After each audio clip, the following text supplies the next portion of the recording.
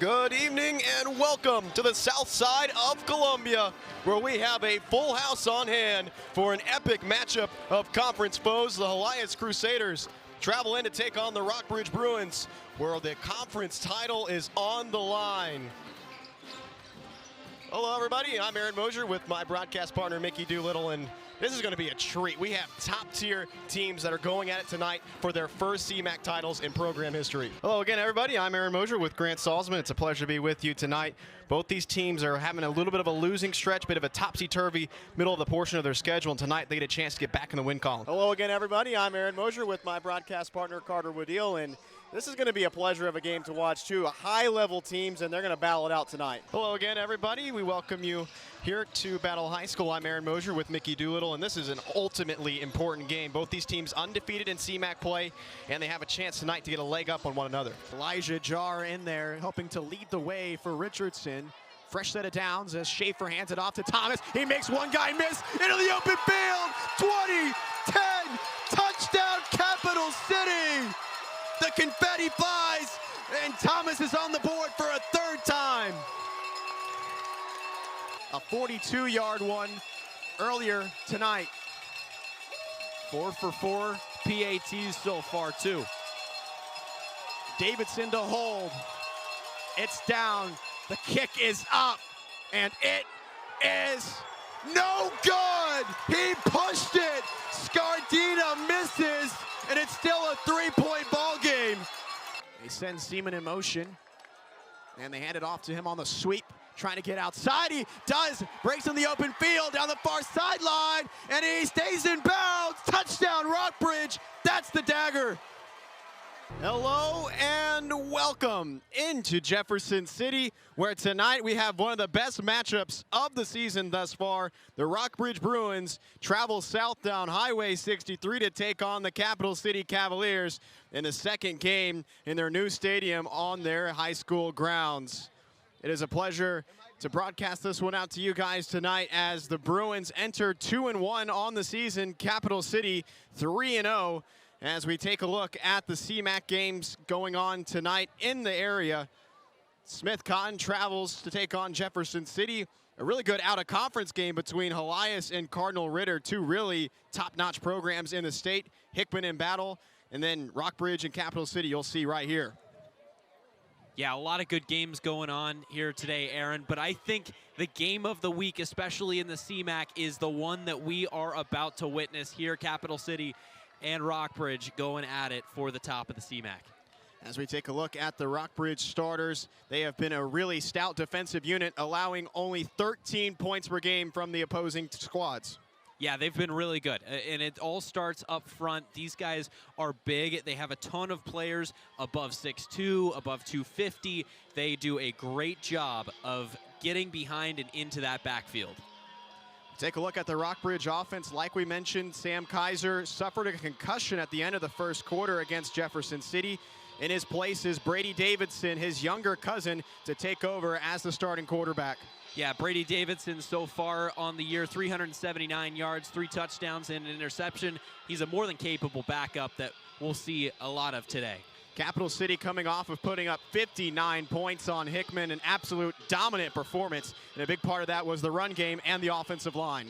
Yeah, they've done a great job so far this year. And you look at that offense, that triple option, so hard to defend, that three-headed monster with 3 separate running backs.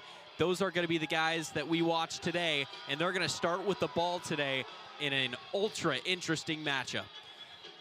As you see, Jalen Thomas, Philip Richardson, Evan Schaefer, the starting quarterback, taking over. And he's done a really good job for Joe Collier's squad. And Joey Scardina puts his right foot into it, and we are underway. It takes a bounce and then trickles into the end zone for a touchback. And Capital City will take over with the electric running game that was absolutely explosive last week. Yeah, they did a great job of continuing that home run style that they've had all year long. Thomas, Richardson, and Hamilton, each with 2 touchdowns. These guys are dangerous at any point of the game. And you talk about the run game, constantly running the ball. You lose a little bit of explosiveness on offense, but that doesn't seem to be the case with this Cavalier team. They still have that huge big play ability. 46 points per game scored by the Cavaliers through their first 3 contests.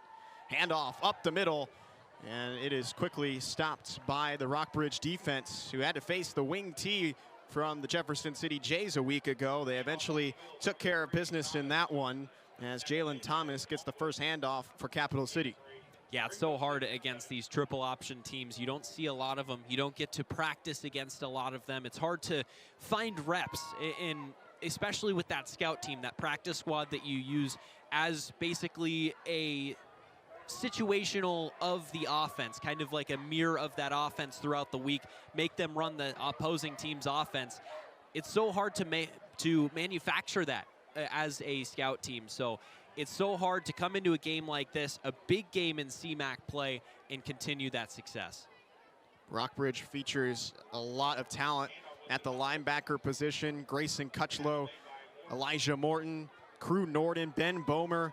Such a stout defense for the Bruins. Yeah, the Bruins have been really stout, especially along that defensive line this year. Look for them to try and stuff up this run early. They're down in 4 for the Cavaliers offense. Toss out to Thomas, and he is brought down in the backfield. Grayson Cutchlow, 4 tackles for loss. A season ago, he had 3 sacks against Smith Cotton, and he's talked about how he feels like this defense has dogs all over. There you see it exploding into the backfield. Cutchlow, a big guy, 6'4", 220, but has a ton of explosiveness once he gets downhill. That was a great play to stop this Capital City offense that didn't do a lot of stalling out last week. Colin Snow back to receive as the Cavaliers go 3 and out on their opening possession. They get the punt away, fair catch, initially bobbled as the Cavalier got in the way of Snow, but Rockbridge will take over in Cavaliers territory. Yeah, Dante McRoberts nearly came in, and there is a flag down. He must have made contact with the returner there, and I think this will be a couple extra yards for the Bruins. They're discussing the call right now, but now I think we'll have to see what this call is. It did appear that he did make contact with him. And that's what they will give to Rockbridge, and that moves them all the way inside the 35 as we take another look. Yeah, just a tough play here if you're McRoberts, just making contact with that returner. Once he signals for that fair catch, he's completely off limits. You can't make any sort of contact with him, and that sets up this Rockbridge offense that's been potent in great field position. Hand off to Williams, and he is met by Isaiah Franklin and brought down hard. Again, Brady Davidson getting the start here tonight in the place of Sam Kaiser, the commit to Harvard, #1 quarterback in the class of 2024 in Missouri. But Brady Davidson also a 3-star and features his own amount of talent. Yeah, Davidson, a guy that is going to get a lot of collegiate interest over the next couple of months and years, and this is a guy that is more than capable as a backup. He's gotten a lot of playing time as well, as Matt Perkins has mixed him in along with Kaiser. And he fires out the screen pass, looking for his man Dre Seaman, the track star, 10.7 second 100-meter dash. Just an ultra explosive weapon for the Rockbridge offense, but they can't really get him going on that first catch. Yeah, and if you adjust Seaman's 100-yard dash down to a 40-yard dash, that's a 4.240. Now, that doesn't account for the speed getting up to speed and everything, but that is just unbelievable speed that guy possesses, and he showed it off last week with a pair of touchdowns. 3rd down and 13 for Rockbridge. Davidson looks over the middle and then lofts it down the far sideline, looking for Holt, and it's caught inside the 5. Devin Holt, the transfer from Hicken, mosses the defender and sets up Rockbridge in 1st down and goal. Climb the ladder. What a catch down that far sideline by Holt, who goes up and grabs it. Take one more look at it. First of all, this ball was just a little bit underthrown. He had to work back through the defender to get it. He was lucky he didn't get called for a pass interference. Richardson in coverage. That was a great catch to keep the feet in bounds. Quickly, Rockbridge up to the line, handoff to Williams, up the middle. into the end zone. Touchdown, Rockbridge.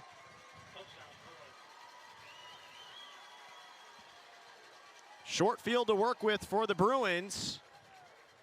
33-yard drive after the big catch to Holt. They quickly give it off to Williams. Inside tackle there and a little bit of encouragement as he handed the ball off. Davidson kind of patted him on the back as he went. And that is a dream start if you're the Bruins. It looked like they might be going 3 and out. Might have to go to a field goal attempt, but the big play, the air raid is what Matt Perkins really hails his coaching success on. We'll take a break as Rockbridge has taken an early 7-0 lead on Capital City. You're watching the Mid-Missouri Game of the Week on MC22.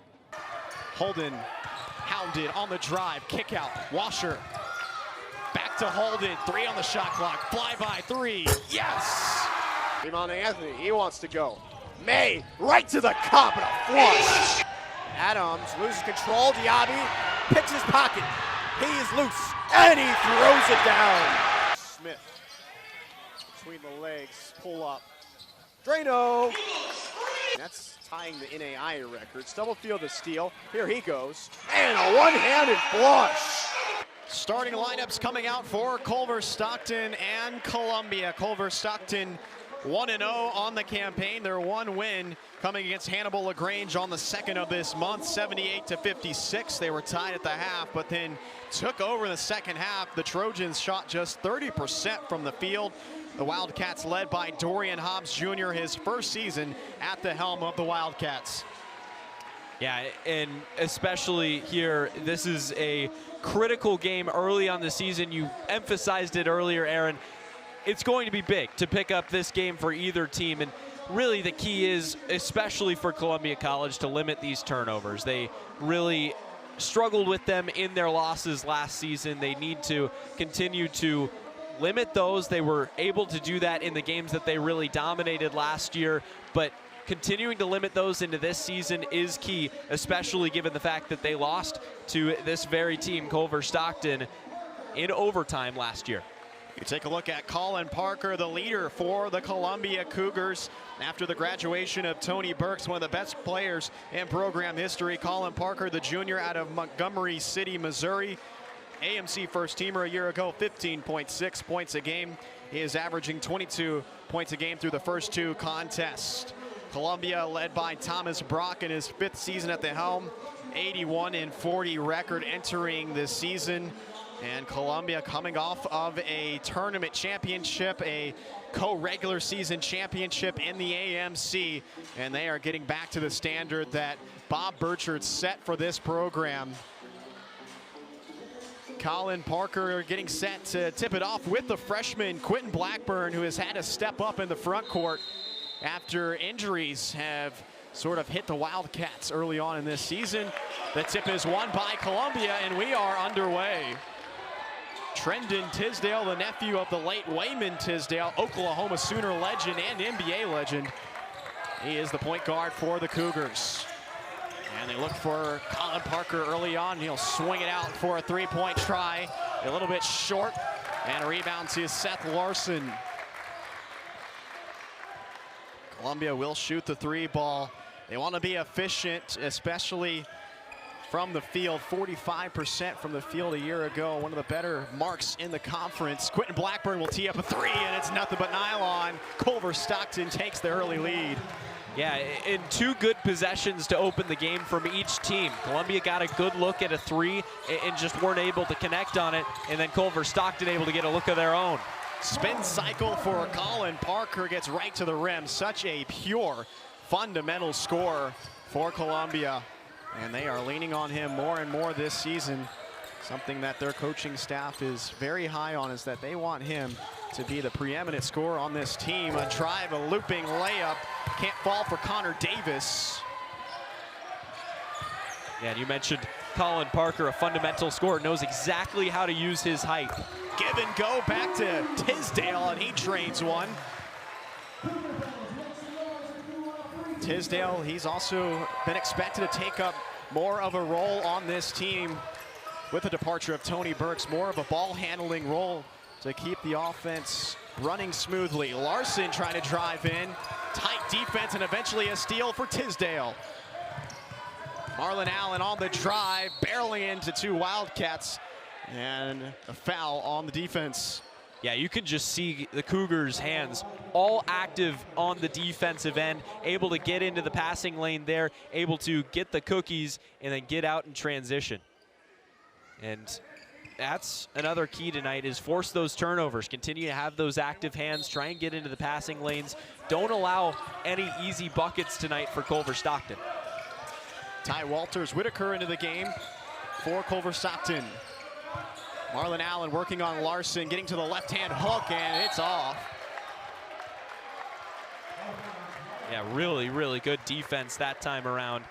And really, if Culver Stockton wants to win this game, they're going to need to do that. They're going to need to guard in the post, especially with these really good post players of Columbia College. Walters-Whitaker, the transfer from Governor's State. Him and Connor Davis have been asked to take on more of the ball handling role for Culver Stockton. They move the ball quickly out to Davis. Yes! Couple of threes early on for the Wildcats, and they retake the lead. Yeah, more good looks given up by Columbia College. You saw it on the first possession down the court. They were unfortunate to give up a good look on a three on that first time, and now a couple more open looks. Larson trying to barrel in, and it is poked away from him. And the loose ball is corralled by Columbia. Vickers missed on this end on their last possession. And he has the basketball now, the transfer from Missouri St. Louis. The spin move and going in for the mid-range, a little bit short. Offensive rebound, Gabe Cox cannot make that one. Make that Trevor Moore. Another offensive board, Allen can't put it home, and a rebound to Larson. A couple of good looks for Columbia that can't fall. Yeah, you have to imagine that eventually those good looks are going to fall. As a nice runner there on the other end, but they've gotten a lot of good looks tonight. They just haven't been able to convert on them. He's 2 for 8 to open the game from the field. Walters-Whitaker with the floater. Parker, a cross-court pass. Tisdale on the drive, right to the cup. Can't fall. And Walters-Whitaker will settle it down. This is Robert Fry, the high scorer for Culver Stockton. Blackburn will tee up the mid-range, it's short. Yeah, good defense there from Parker on the other end. That wasn't the best look. He just kind of turned and shot it despite no movement.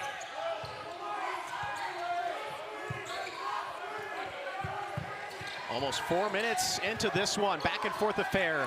Wildcats with a 3-point lead. Pass to Allen. Give the assist to Parker as Allen lays it home. Yeah, nice little pass inside there, and Columbia continues to find these nice passing lanes. Again, they've gotten some good looks to open this game. They just haven't been able to convert on a lot of them, and you have to imagine that that won't continue as it started to, they got that one to fall on one end. Pull-up three is short for Walters-Whitaker. Tisdale off the pick. Kick out to Vickers. He barrels into the paint. Left-handed layup is down. Yeah, way to use your size right there, getting inside. Vickers knows how to use it, finding that position along the baseline, able to just seal himself off and have an easy two. Both these teams return almost the entirety of their rosters from a year ago. Turnover for Culver Stockton, collected by Tisdale. Up the floor to Vickers, Euro step, and he draws the foul. Oh, most again. Vickers really getting aggressive here on the last two possessions. He went sprinting up the court, a really nice Euro to get inside here, just a tough finish. But he draws the foul, and that's 2 straight possessions that Vickers really does a good job of getting position. That's what he does. There's a reason why he's averaging above 10 points a game, above 15 points a game. The point being with taking almost your entire roster from a year ago and bringing them back. Both these coaches talked about how they were picky in the transfer portal, and they were going to get the best guys and the guys that fit, and they needed a ball handler like Harrison Vickers, another slasher, scorer, and he has been a great addition to the young season. 24 points against their dominant effort over Missouri Valley. And anytime you're coming off of a blowout like that, you have to expect the other team to come in and play you hard, because they see that you blew them out, and they really don't want that to be them next. Robert Fry inside to Larson, turnaround, got it. Larson, he has really grown as a player. Yeah. Hometown kid from Hickman High School just down the road. This is Bo Washer, also from just down the road, father, Tolton High School. Columbia so strong with high school basketball. Saw it in the women's game just a couple of minutes ago. 4 players on Columbia College from Columbia high schools. Off the turnover, Walters Whitaker can't get the layup to fall. Tisdale pushes for Columbia. Handoff to Carson Parker, the twin brother of Colin. Inside, left-handed hook, rims in. Looks like his brother getting position inside there. Nice little post move, just a simple little spin hook to the left. That is something you practice a million times. Carson doesn't get as much accolades as Colin, but equally important player to the Columbia squad. Connor Davis off back iron. Still a big contributor, Carson is, averaging about 7.5 points a game. Culver Stockton shooting 44% from the field early on. No stoppages in play yet. Trendon Tisdale knocks it down from the mid-range. No timeouts yet in this game. This is NAIA basketball at its peak. It is just up and down. You got to be ready to go from the jump. Yeah, and it's quick. These players have not had a rest the entire game, and they look good right now. They look like they're still fresh. You got to run your suicides in practice. There's a reason coaches make you do it, and this is exactly it. Blackburn trying to make space. And a foul on the floor. Yeah, good call. It was one where might have said that he'd collected it up into his shooting form, but just a good pump fake there to get Carson Parker in the air and to take it baseline. That's exactly what you try and do with that pump fake. Try and get your defender in the air, force him to make a mistake. Lots of substitutions on both sides. Culver Stockton gets in Cook Daw, 6'9", 210. Redshirt junior. Pops feels like he is really coming into his own. And he gets the basketball off the baseline inbounds. 3-point try, it's in. Robert Fry gets on the scoreboard. They do find Cessna this time. Left hand, fires, and he scores! Bracken, full head of steam, moves it. Carroll, Peltier denies it right at the doorstep. Scales moved up top, Cessna, step down, shot, he scores! Finds McDowell, splits to GLE, Peltier denies the angle. When Columbia began this lacrosse program, Cessna fires, he scores! A hat trick for Matthew Cessna. Take a bow to DeMarco, and he finds the cutting Carroll, tries to go low. Peltier able to stop it high off the rebound. 2 Cougars at the deck, out to McDowell, he fires the left hand, Peltier makes the stick side save. It's on Ottawa. Cessna to Morrissey, spins the left hand, he fires, he scores! Drake Morrissey back to back for Columbia. 3 to play, spells to Vincentini, he fires, and it's stopped by Peltier, and Columbia wins on senior night.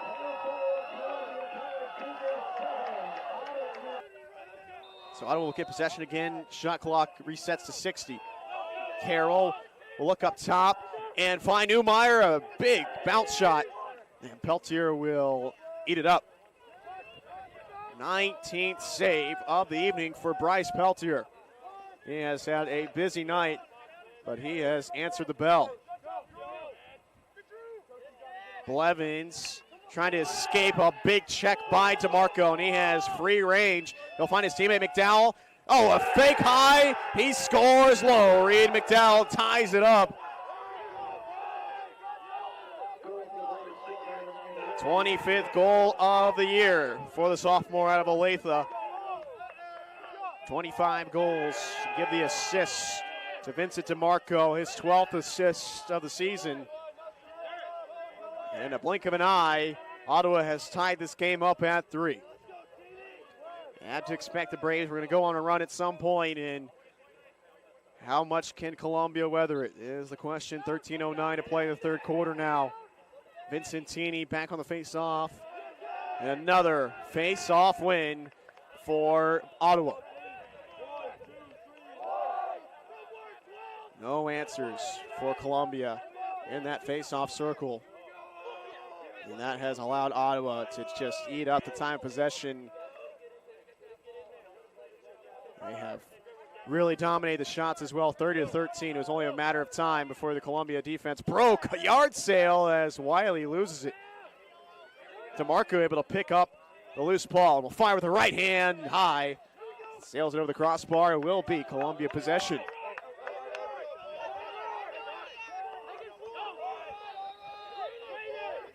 (22 of the 31 Ottawa shots have been on goal. 19 saves for Bryce Peltier. Scales trying to get the clear. Columbia 15 for 19 in the clear game this evening as Musgrave will find Wood, make that Garriock as the shadows begin to envelop Marvin Owens Field. Late March contest, final home game of the season for the Cougars. And it's senior night as they honored Matthew Cessna and Declan Ireland pregame. There's been a shorthanded Columbia group, a lot more seniors last season that were honored. A lot of graduations for this team. Off the violation will stay Columbia possession with Drake Morrissey. Cody Swan knew the challenge coming in, the expectation of this program, young program. Rusk sends that low, and it is denied by Christofferson, who has started to settle back into this game. But he hasn't had to face quite as many shots as Peltier has.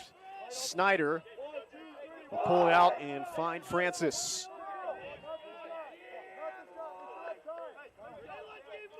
McDowell settles for the Braves. This was quite the rivalry last season. Francis bounce shot. Wide left.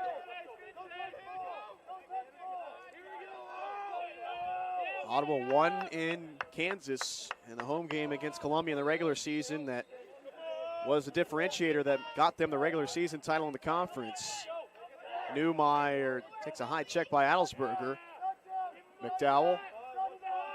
It was Columbia besting the Braves in the tournament championship game. McDowell, a hard left-handed fire. Peltier, his 20th save of the evening. Zach Baker, him and Peltier were the conference player of the week. Baker with the 5 goals against St. Mary, and Peltier helped to hold the Spires to 3 goals in the last game for the Cougars. Their first win of the season, and they're trying to pick up their second win of the campaign here this evening. Hanson gets it out of the stick of Morrissey. Baker.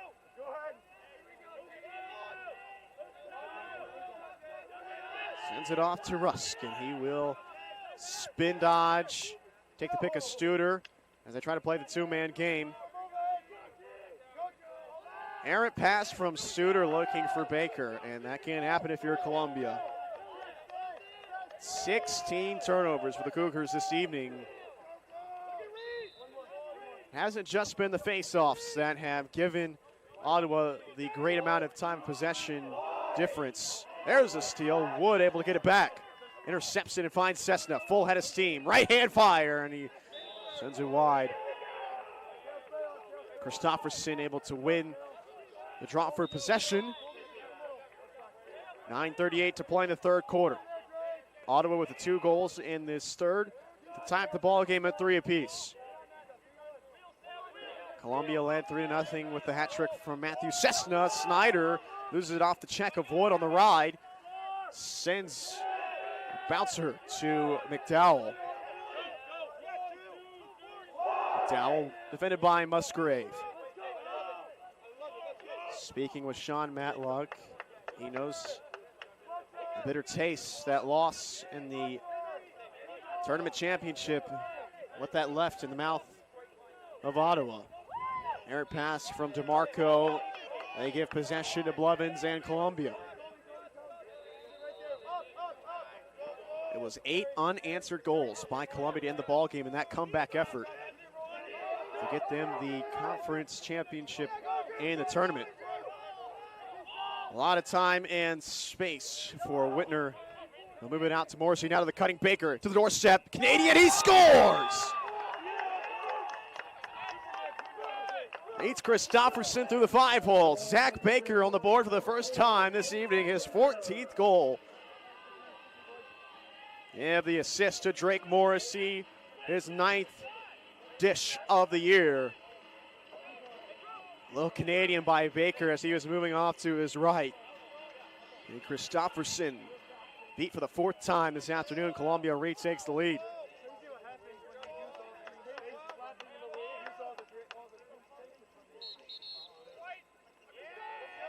Scales with face-off violation, another Ottawa win off the tie.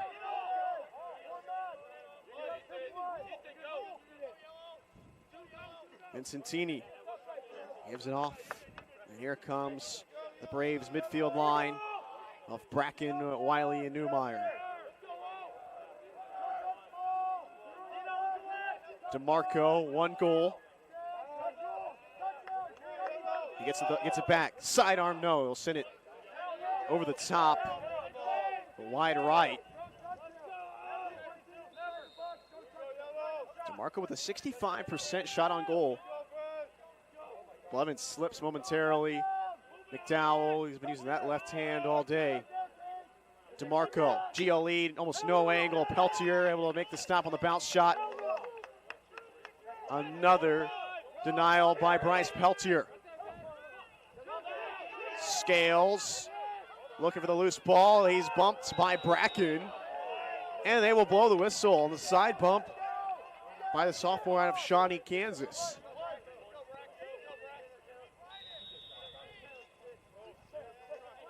Caleb pass on for Bracken.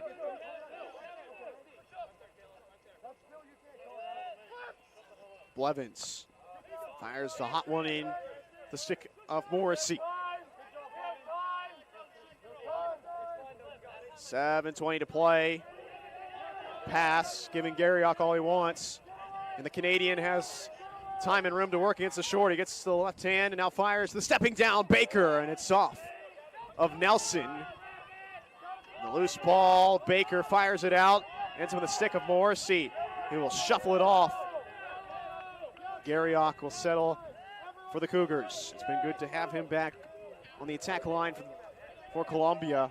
First Canadian in school history, mostly a box background for him. He also played hockey. Cessna fires the right hand, sails it high. Garriock ducked, and that might have been what lost him the possession. Can't blame him, though. That was a hot shot off the stick of Cessna.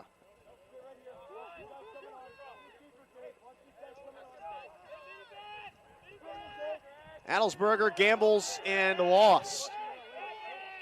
Here comes Wiley for the Braves. The doorstep. Denied high by Peltier. To DeMarco, unsettled. He finds the cutting Newmeyer. He spins and he hits the deck off the collision. Flag is out. There's delivery. Turned on and driven into left field, down the left field line. Sloan around second. It's all the way into the corner. Fick will pick it up, throw it into the cutoff man, and sending him all the way around. Here comes Sloan diving in. He scores. Grain Valley leads 3-1. Hill a big lead off of first. 6 stolen bags on the year. Fick laces that one down the right field line. It's a fair ball. That scores 1. Hill will hold up at second. Kimes is in, and Rockbridge gets on the board again. Now just a 3-run deficit. Kimes off a second, Hill at first, and the 0-1. Davis reaches out and golfs it into left center field. It's cut off by Barnett. Kimes will score. Hill will slide into third. Safely into second is Davis. Look over at second and the delivery. Fastball that is driven down the right field line. That's a fair ball. It'll carry him into the corner. That'll score Conforti. Weedy digging for 2, and he'll dive in safely for an RBI double. Welcome you back to Columbia at Battle High School, the host of the Class 6 District 5 tournament here in 2024. A tie ball game between Grain Valley and Rockbridge at 1 apiece. Carter Harmson on the mound for the Eagles here today. That's fouled back. That's Crew Norton at the plate, the catcher. was a pretty strong bottom of the first for Harmson. Outside of Colin Snow manufacturing the run for the Bruins to tie the ball game up. Yeah, Bruins get that run on no hits. That walk made him pay for it, leadoff walk. The breaking ball is skied into deep center field. All the way back is Barnett, and he makes the grab. And that just goes to show you the type of power crew Norton has. Even on a fly ball out, it's still loud, and he's got that 105 max exit velocity. And if you know anything about metrics, that's pretty darn good for a high school junior. Absolutely. Big pop and good range by Barnett, the center fielder. Kamstra's in left, Meyer, the right fielder for Grain Valley defensively. There's now more conversation here with Rockbridge coaches and Garland Stewart, the home plate umpire. Rockbridge coaching staff, very experienced, led by Justin Tao, who took over the job back in 2009. Andy Heit's the pitching coach. Jeff Bazat is over the defense. And the catching coach, John Hay, was an all Big 8 catcher at Mizzou. And he has been super key to the development of Crew Norton, who just flew out. And again, having that consistency with having Justin be the head coach for so long. And a lot of those assistants have been with him in this program a long time. Certainly stability on the south side of Como for the boys in green. 1-1 pitch to Grayson Fick. Taken high. And really, Rockbridge, their goal is to run this like a small college ball program. And you have to do that if you want to compete with the teams in St. Louis and Kansas City. That one is low, a 3-ball, 1-strike count. I mentioned at the top of the broadcast, they start the game with a 6-game winning streak, dropped a couple, then got hot again. In that Columbia tournament, they won 4-5 in that. The only loss was to Francis Howell in the final. Got things really started in this district tournament, a 15-0 win in game 1. Trying to march to this final game here tomorrow. They won a state championship in 2014.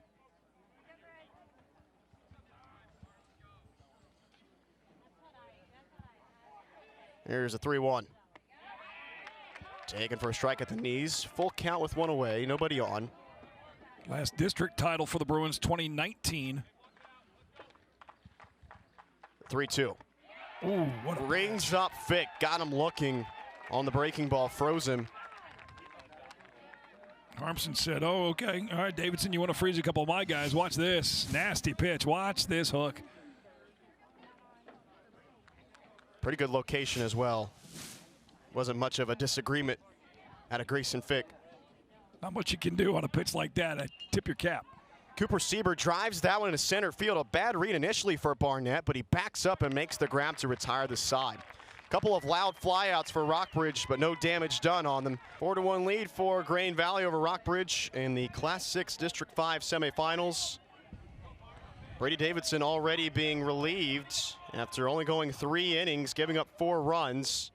That one is low.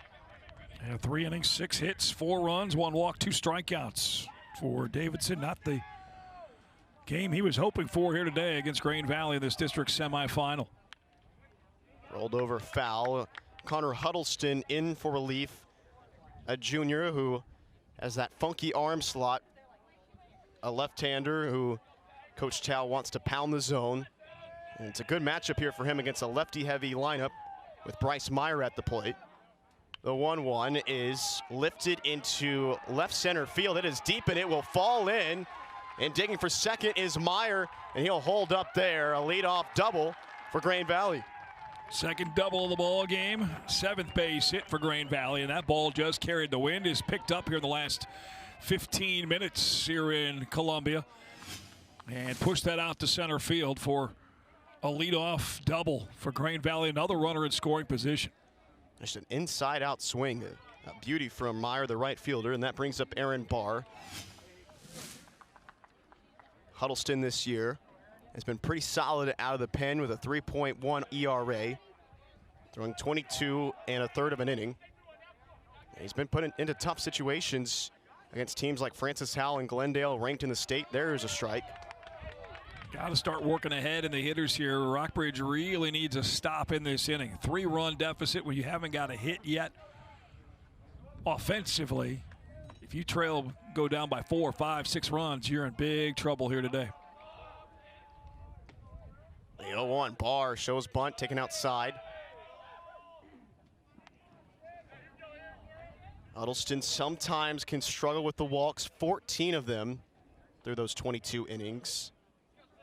Corner infielders are in. Sieber a couple steps in on the grass at first base, now charging. The 1-1, Barr takes low. Good scoop by Norden behind the plate. They've already had one wild pitch from Davidson that ended up setting up a sacrifice fly from Grain Valley, tagging the runner from third after that wild pitch. It was a good stop by the Bruin catcher. The 2-1. Barr takes inside, pushes the count to 3-1, and Crew Norden is out. To speak with Huddleston, Norden has improved mostly with his defense, and we talked about the catching coach, Andy Hay, and what he's been able to provide for this program. Correction, John Hay, and he was a senior when Justin Tao was a freshman at MU. And it'll be very interesting to see where Norden will end up. Isn't public about any offers he's received or any interest, but as a junior with that kind of exit velo and his size and strength, 210 pounds, and he's a 1,000-pound kind of guy in the weight room. The 3-1, Barr grounds it over towards short, a backhand play through the third to get the leading runner, and he is out. Nice defensive play between Snow and Andrew Hill to get the lead runner. Great play by Snow to have the heads up and awareness. Hey, I'm deep in the pocket here. Backhands it on the run, slings it to third, and a good tag by Hill, the third baseman, as Meyer tried to slide in around the tag there, but an easy play, fielder's choice, 5-3.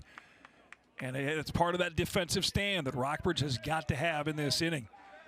Take that runner off second and off third. Shane Barnett at the plate. Takes that pitch for a strike. Aaron Barr now at first base on that fielder's choice. With one away. Barnett struggling a little bit, rounding out this Grain Valley order. With that 159 batting average, he shows bunt, lays it down. Charging in is Huddleston, bare hand throw to first. In time. That was a close play. It does advance the base runner into scoring position with 2 away. 1-3 on the putout. He really had to bring it. Man, Barnett was flying down the line. And a good play by the Bruin pitcher, Huddleston, to stay with it. Fielding that after his release. Now a runner in scoring position, as you mentioned, at second base. Second out, though. Breck Sloan back to the top of the order for Grain Valley at the plate. 2 for 2 today with an RBI. The pitch, Sloan takes low. Hit and scored in the first. RBI hit and scored in the third. As you mentioned earlier in our pregame and early in this ball game, he is their glue. He's the Energizer Bunny for this team. As he goes, they go. That pitch gets a call on the inside part of the plate, 1-1 count. This is a Rockbridge pitching staff with a 3.05 ERA as a group. Opposing teams don't get after them too much, but Grain Valley has come to play today. The 1-1, Sloan grounds. Oh, big hop, and he'll get over to short. Throw over the head of Sieber from Snow. That'll score a run. Sloan will hold up at first. And Rockbridge, you can tell, they're feeling pressure right now. Base hit, and then the throwing error as it went into the dugout or into the bullpen, I guess, and the runner down to second. Nope. They're going to send him back to, no, courtesy runner. So he's down to second on the wild throw there by the Bruins. Yeah, and they'll allow him to advance on that error. And on that ground rule. So, yeah, like you mentioned, went into the Grain Valley dugout. Yeah, hitting a throwing error. Either way, it equals a run, and it's a 5-1 lead for the Grain Valley Eagles over Rockbridge in the top of the fourth inning. Chris Meredith, the courtesy runner, off of second. There's a pitch for a strike to Caden Crandall. Grain Valley putting Rockbridge against the ropes right now. The Bruins on their heels. A 1-2 with 2 away. Taken for a strike. Good pitch, a little off speed. Caught the outside corner. Bruins have been hit with a haymaker before they can even really dig in their feet through their order. Carter Harmson's done a fantastic job on the other side for Grain Valley. 2-2 count, 2 away, with Meredith at second for the Eagles.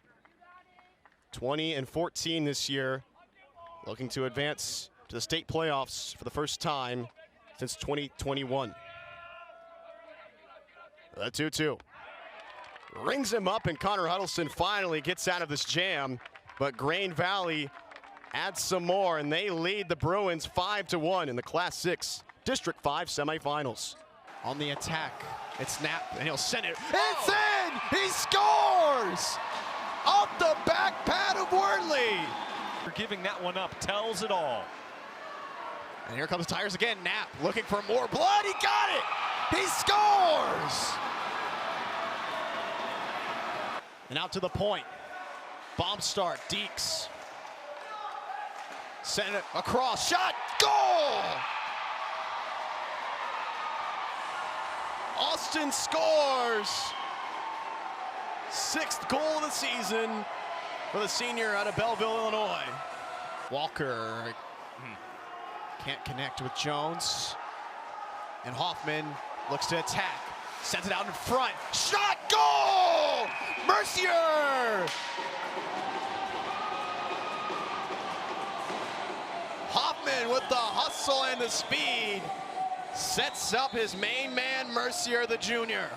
Missouri with possession, sent out in front, it scores! Skipped in off the stick of Hemmer. Now a power play opportunity for Omaha. Mercier on the face-off with Spolek. Yeah, apologies, Aaron. It was away from the play. I didn't quite see what happened on the interference. Shot, save in front. Dangerous as Hemmer has a breakaway if he has the speed, but it's stolen away by Hoffman. Hoffman now on the break. He tries to settle and sent away by Hazelton. That was unfortunate for the Mavericks because Mercier was offsides. He had to sprint and slide back, but Hoffman had to walk the blue line. It totally took away his ability to enter the zone with speed. They would have had a real chance there. Missouri able to steal it back away.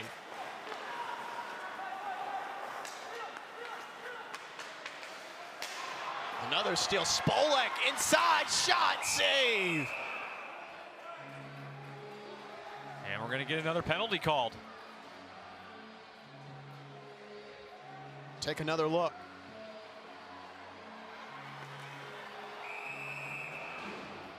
They call the slash, and this one is gonna go against Omaha. Matthew Howell heading to the box, and so we'll have 4-on-4 hockey. And then Mizzou will have about a minute on the power play. Austin and Chubb on the face-off.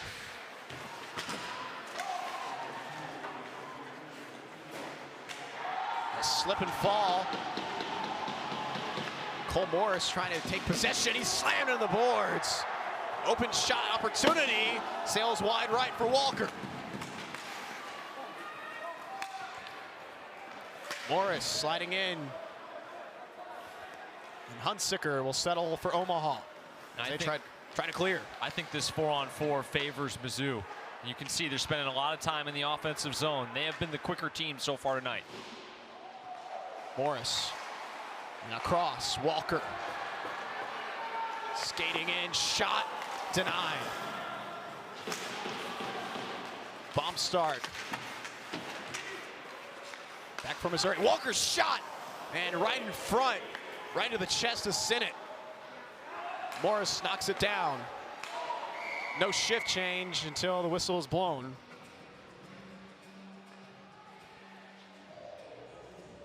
Offsides against Mizzou, so they can try to take advantage of these final 8 seconds of 4-on-4.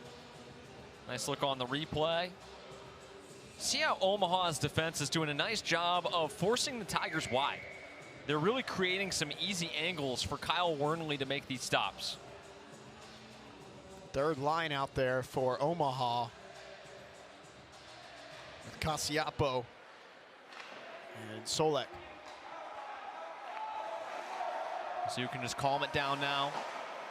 Penalty wipes off for the Tigers, and now they'll be on the power play. Did see Blumenshine come out of the box, so he was called for it, the interference. 42 seconds left on the power play for the Tigers.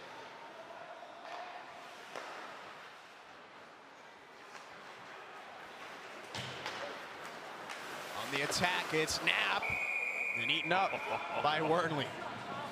Look at that toe drag. Knapp was feeling the hat trick right there for a second. Get another look from behind the goal. Look at this. Oh, just pulls it back. Able to create some extra space. Right in tight. And a really nice save made by Wernley. That time he toe dragged it around Troy Hunsicker. 28 seconds left on the power play for Missouri. In the corner, Spolek. Pass, shot! Hits the post and back in front. Knapp has had several good opportunities for that hat trick.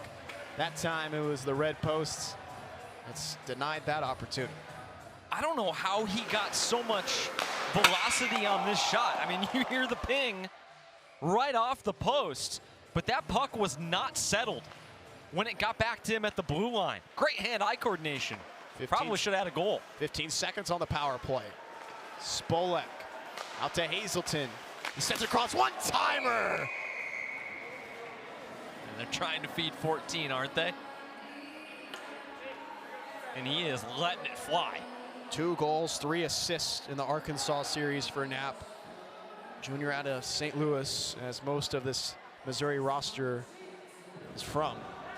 Such a strong shot. I mean, I think the play styles of Knapp and Spolek complement each other greatly. He's the size, the physicality, has a rocket of a shot, and then Spolek, a little bit more finesse, does a great job feeding it, and you see the numbers. Faceoff comes out to Hazelton, back out to the corner. Power play elapses, full strength. Shot in front, and he scores! It's a hat trick for Andrew Knapp.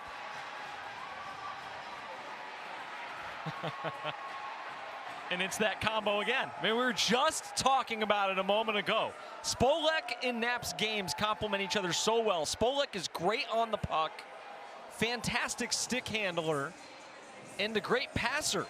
And Knapp is just fantastic in sort of that Alexander Ovechkin role that he's made famous. Oftentimes on the power play, just hanging out around the faceoff dot and just teeing it up. That was another rocket into the back of the net for Knapp for his 3rd goal of the game. How about a Hattie in Jeff City for Andrew Knapp? 18 goals on the season now for Knapp. Another shot on goal, and Wernley will stop this one. 8:40 and ticking in the second period. Missouri is taking back that 3-goal lead. They are still hungry for more. Largest margin of victory was an 8-0 win over SLU, or rather their opener against Illinois State. They won 10-0. They've certainly had some commanding victories to begin the season. They did not lose until the Purdue series. A nice response to defeat Arkansas 2 times last Friday and Saturday. Sent across, hug into the slot, back into the corner. It's out in front and still into the muck. I believe Wernley able to take it back.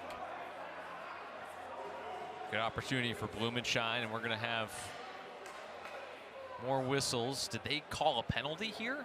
Or are they just trying to sort out the mess? Nope, they're going to call a penalty here. So again, tough from our angle to see who's going into the box and who's going just back to the bench. We'll get it for you as soon as we know. I think it's going to go against Missouri. Yeah, they're walking the puck back down into Missouri's zone, which indicates it's against them. So Hazelton, Driscoll, Blumenshine, and Zimmer, the man-down unit for Missouri. Face-off won by the Tigers, and they initially clear as Sinet will carry it back. Big opportunity for the Mavericks. That third goal by Andrew Knapp made it a 3-goal game again. It really feels like Mizzou is a lot more comfortable with it right there, but Omaha can get right back into it with the power play goal. Hunsicker tries to send it around, ricochets and cleared out by Hazelton. Yeah, weird bounce there off the boards. Normally that wraps all the way around. Always got to be careful wherever they let the Zamboni on. There's sometimes a weird crease in the boards at that area of the ice, and you can get weird caroms. Sent out behind again. Back to the point. Settled for Sinet. And eaten up. Glove save by Richardson. The Renegades are midway through their 2023 campaign, and head coach Mike D'Amelia, it's a pleasure to be with you. We'll have a sit-down conversation with him today. I wanted to just talk about maybe a few things initially here about just your journey as a coach. Right now you're coaching the Blair Oaks Falcons through the rest of the year. What's kind of been the difference coaching the high school guys versus coaching these college guys in the summer? Well, most of my career I've been a high school coach, and then I did spend 5 years coaching at Truman State and Lincoln, and so the adjustment from high school to college I saw pretty quickly, and then I kind of do both now. I think the biggest thing is the maturity level of the players. You know, I think that most of the guys that are in college, they're motivated.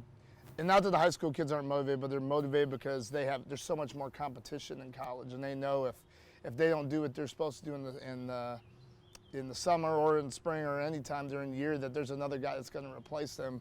Where in high school, there's a lot of guys that there's more of a talent gap, and there's some guys that kind of feel a little comfortable about having a starting job already. And so, you know, my high school guys definitely work hard, but these guys, I mean, are a lot more self-motivated because they know there's someone behind them pushing them, or they're trying to catch the guy in front of them. And we don't always get that with the high school guys, but you know, both are good. I love coaching both of them, but it's definitely a little bit different for sure. It can be a long summer. It can be hot. What excites you about coming back to the ballpark every day? What brings you back? I just love baseball. I mean, I've been doing this this is my 30th year coaching, and you know, there's times where it's a grind, but more times than not, I mean, it's something I want to do. And you know, I love working with our guys, especially this team here. We got a bunch of good guys, and again, a lot of guys showing up early, and that excites me. When I get here at 3 o'clock for a game and nobody's here, that bothers me. But heck, we'll have 5 or 6 guys waiting for me in the parking lot, and that motivates me to keep coming, because these guys are motivated to get better and do things right. And so that definitely keeps me going. But a lot of it has to do with the love of baseball for sure. I wanted to ask you about your coaching philosophy over the summer.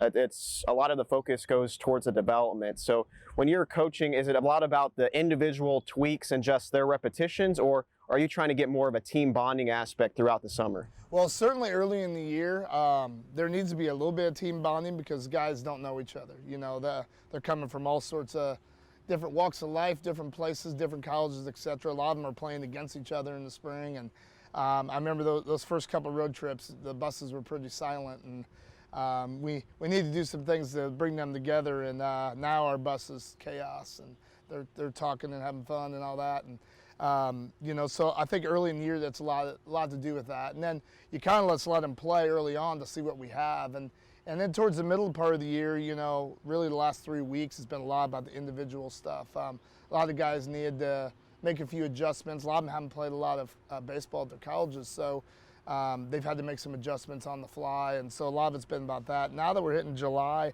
I feel that, you know, we're in a good place in the standings, and I think, yes, the individual part's still there, but we're going kind of back to the team concept of trying to win every game and make a playoff push. So it's kind of it's always a combination of the two, though. You kind of mentioned letting the guys play. I know here in the Mink League, sometimes that can lead to difficult decisions. You might have a reliever out there that's in a troubled situation. He's not really finding his pitches, but you might just leave him out there because you're trying to let him work through things. Can you kind of describe those kind of difficult decisions where maybe you sacrifice the potential of some team success for a guy's own personal development? 100%. I mean, you have to do it. You know, and on the same token, you got guys 0 for 3 with a couple strikeouts and probably the right moves to pinch hit, but the guy needs another at bat. You know, and so we do a lot more than that. The mentality's different, and yeah, you probably lose a game or two because of it. You know, and it's frustrating as a coach because I want to win every game, but you do know that there is that developmental aspect. So sometimes, like you said, you got to let the guy go, and a lot of times they start to get better as the inning goes. Yeah, they may give up 3 or 4 runs, but at least the last 5, 6, 7 pitches were the best of the inning, and so that's really what we're trying to do. And we've seen quite a few kids that we've let do that early in the year, and now are having more success because of that experience. So it's tough. You got to change your mentality a little bit, but certainly as we get closer to postseason, there'll probably be a little bit more on the other end where, you know, if a guy's struggling, we're probably going to find a different guy or a different way of doing things. But, you know, it's definitely a different mentality than spring baseball. The Renegades were started in 2017 and joined the Mink League. What have you seen out of the growth, just of the community support, and as an organization? Yeah, I mean, at first I will admit none of us really knew what to do. Our initial group of people who started this organization, none of us have been involved in summer baseball, and you learn basically by talking to people and things like that. But it's like anything else, until you're doing it, you really don't know what you're doing yet. And so we definitely had some growing pains early on, and we made a lot of mistakes, but we've learned from them. And I think our organization runs as good as anybody in the league, in my opinion. And it's certainly, again, it took some bumps in the road, and certainly we're not perfect yet. But I just feel like, you know, it's a small group of people, but the people who are in charge of this now are definitely doing things right. And certainly community is getting better. You know, we certainly always want more. We're always looking for new people to come to the games and experience it. But, you know, it's a slower process than we'd like, but it is a process, and we feel like there has definitely been growth every year. You've seen guys from this league get drafted and play in the MLB, some guys with the Renegades organization.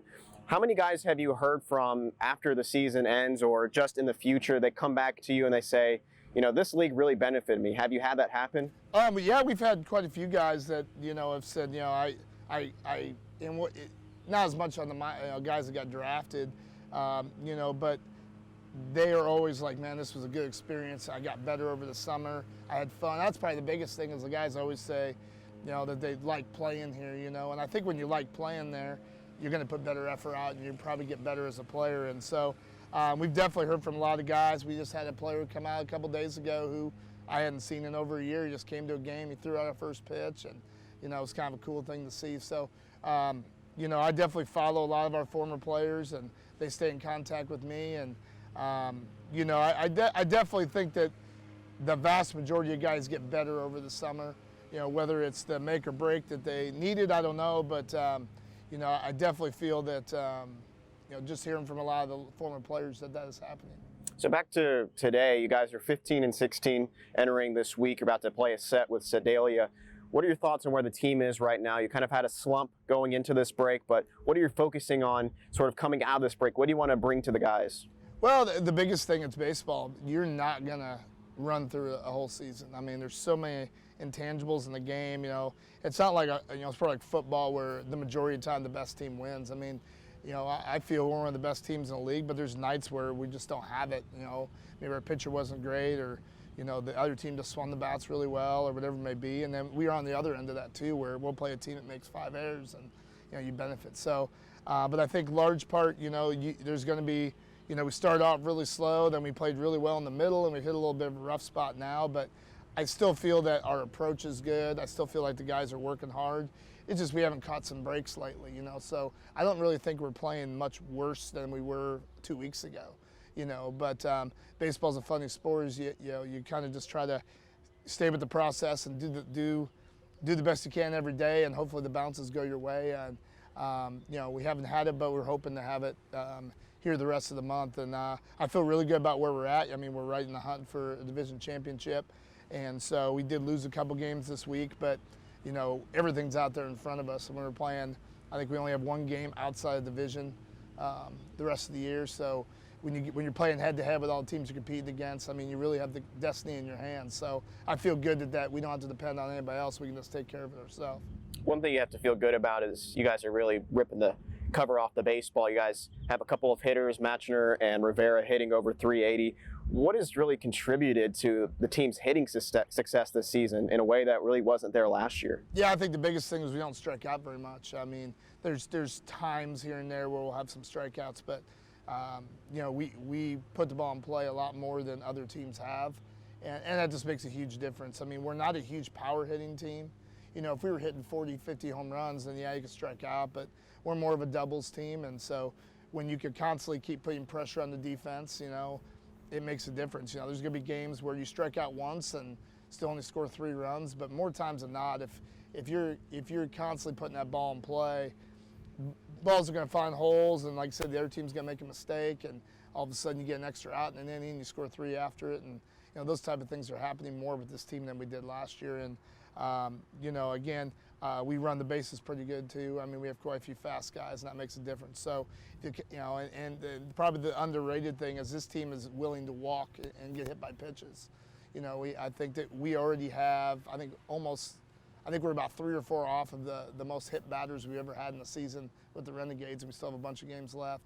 So these guys are getting hit by pitches, getting on base the other ways too. Our on-base percentage, I think, is about 20 points higher than we've ever had.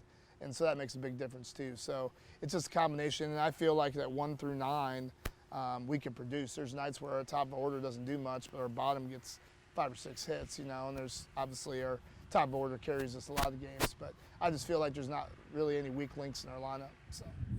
And that kind of going now to the pitching staff, you haven't had quite as much success this season. What are some things that you're trying to talk to your pitchers about? Is it something in their approach or how they're mentally approaching the game? Well, I think some of our pitchers are trying to do a little too much sometimes. I think that they're trying to, I don't want to say strike people out, but I think they're trying a little too much. They're trying to throw a little too hard sometimes. They're trying to, you know, throw the best breaking ball all the time. And as a pitcher, you know, yeah, you want to do that at times. There's times you need to pace yourself a little. You need to take a little off your fastball and hit an outside corner and things like that. And we do that at times, but there's certainly some kids that definitely are learning the hard way that they need to do that at times. And I think that's why we talked about earlier with sometimes leaving a pitcher out is they have to figure that out on their own. And I think our guys are doing that, but it's a process in getting there. You know, we also, you know, we haven't done a great job always of controlling the other team's running game. We give up some extra bases here and there that sometimes come back to haunt us. And I think our best pitchers are doing the best job of that, and that's why some of them are getting more innings. But I think some of the guys that maybe are struggling in that aspect, they're starting to learn a little bit more about holding the runners and doing those little things that matter. You know, I hate saying little things because a lot of these little things are huge things.